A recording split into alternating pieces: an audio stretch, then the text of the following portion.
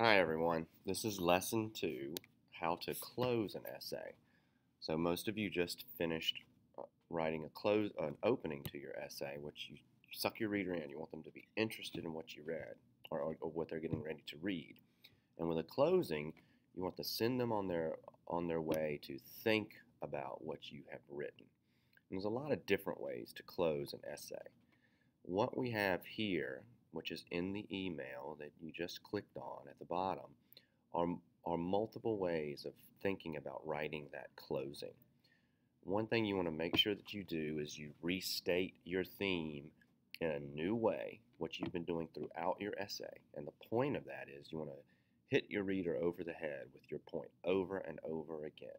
You want to make them think and believe your claim. You spend a lot of time thinking about this. You believe it to be true. You want your reader to believe it to be true. And this is how we leave them thinking about it. We choose one of these patterns, one of these ways to think about it. So I'm going to ask you to read this before you start writing. But right now we're going to look at a couple of examples. So these are just two sort of patterns, and we'll talk about the pattern, and then we will go do some of our own work. So in version 1, I've written a closing, and the closing you follow along as I read. And everything will be okay. We learn that standing up for yourself can be difficult at times. It's easier to do what the crowd wants to do rather than trusting your instincts about what you feel is right and true. James's decision to not hunt helped me make a decision about animals. After reading the story, I predict that James will be a vegetarian when he grows up. I plan to be a vegetarian also. So I'm writing an ending to my paper. Notice here we have the theme, or I'm sorry, the thesis restated. And then I talk to the audience a little bit about the bigger world. I pull it out into the big world and talk about how James is making a decision that applies to the big world. And then I have this big ending here where I connect it to my life. And that's a big statement.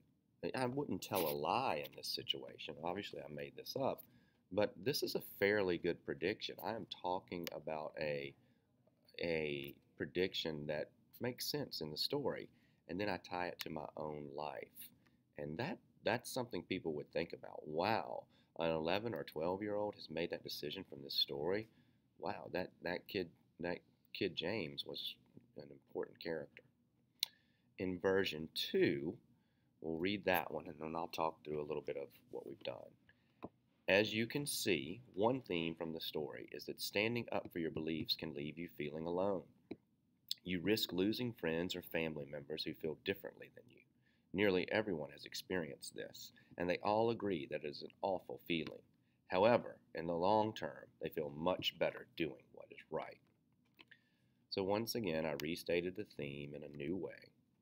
And in this one, I really went big. This is talking about how this affects the whole world. I'm talking about people, everyone reading this paper either has experienced this or knows someone who's experienced this and probably talked to them about it. This is a common life experience. So I've taken the story and I've made it something you can put into your life.